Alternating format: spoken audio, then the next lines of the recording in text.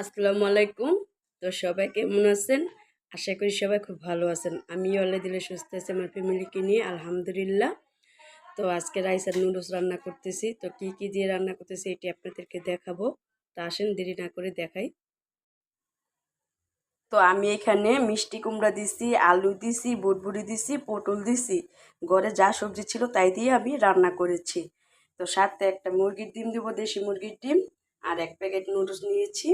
আর নুডলসের মশলাটা কি দিব কিনা দিব না ভাবতেছি। তো মানে এতদিন তো নুডলস খাওয়াইতেছি, নুডলসের মশলা দিই না। তো এখন কি এটা দিব কিনা না দিব এটা ভাবতেছি। তো আপনারা অবশ্যই আমাকে কমেন্টস করে বলে দেবেন এটা দিলে কি ভালো হবে কিনা। তো রাইসটা তো অনেক শুকনা, সেজন্য মানে এইভাবে তো আমাদের জন্য সবজি রান্নলে একটু ঝাল করে রাঁধতে হয়, ওইটা খেতে পারে না। সেজন্য ভাবলাম যে নুডলসের সাথে সবজিটা একটু বেশি করে দিই, দিয়ে রান্না করে ওকে খাওয়াই। তো মানে রাইসা প্রচুর শুকনা, তা আমার বাবুকে